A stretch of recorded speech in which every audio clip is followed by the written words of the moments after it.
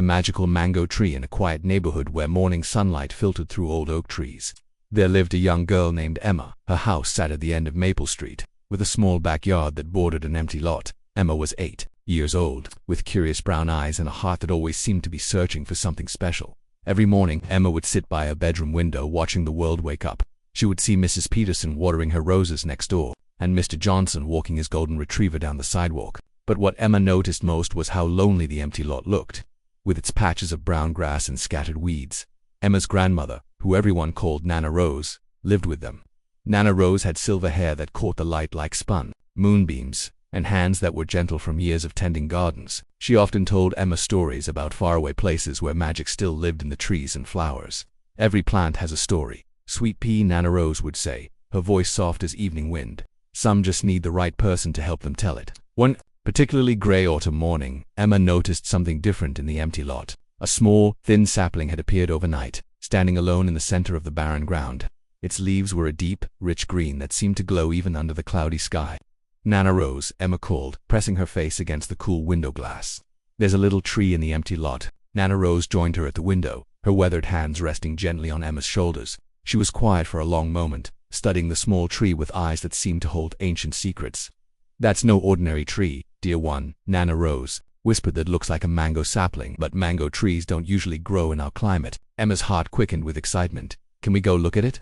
After breakfast, Emma and Nana Rose walked to the edge of their yard. The little mango tree stood proud despite its small size, its leaves rustling softly in the gentle breeze. Emma reached out carefully and touched one of the smooth leaves. It felt warm beneath her fingertips, as if sunshine lived inside it. "It feels happy," Emma said, though she couldn't quite explain what she meant. Nana Rose nodded knowingly. "Some trees choose their caretakers, Emma. I think this one might have chosen you." Days passed, and Emma found herself drawn to the little mango tree every morning and evening. She would sit beside it, sometimes reading aloud from her favorite books, sometimes just talking about her day. The tree seemed to listen, its leaves dancing gently in response to her voice. But as the weeks grew colder, Emma began to worry. The other trees in the neighborhood were losing their leaves, preparing for winter's sleep. She knew that mango trees came from warm tropical places. How would this little tree survive the coming frost? "Nana Rose," Emma said one evening as they sat by the fireplace, "I'm scared about the mango tree. What if it gets too cold?" Nana Rose set down her knitting and pulled Emma close. "Sometimes, Sweet Pea, when we care for something with a pure heart, magic finds a way to help." That night, as Emma lay in bed, she made a wish upon the brightest star she could see through her window. She wished for the little mango tree to be safe and warm, no matter how cold the winter became.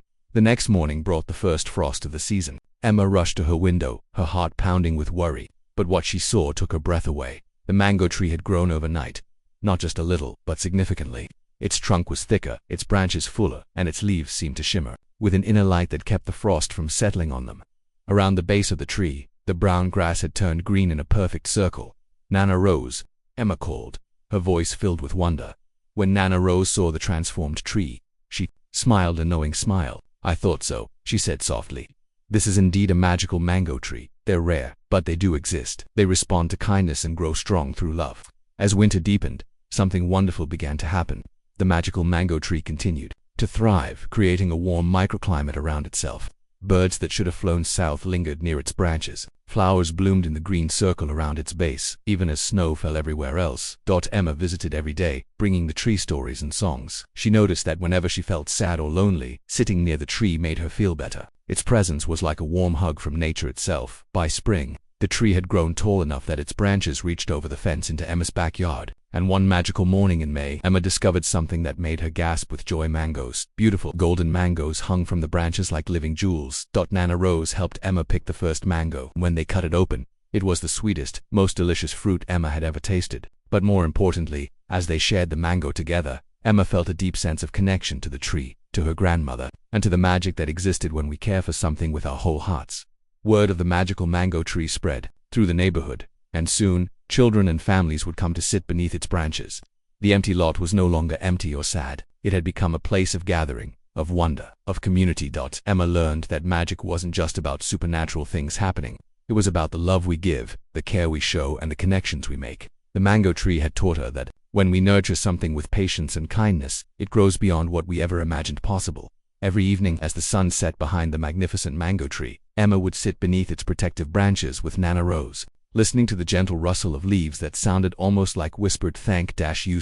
And in that peaceful moment, surrounded by the sweet scent of mango blossoms and the warm glow of magic made real through love, Emma knew she had found something truly special, not just a magical tree, but the understanding that magic lives wherever hearts are open and kindness takes root.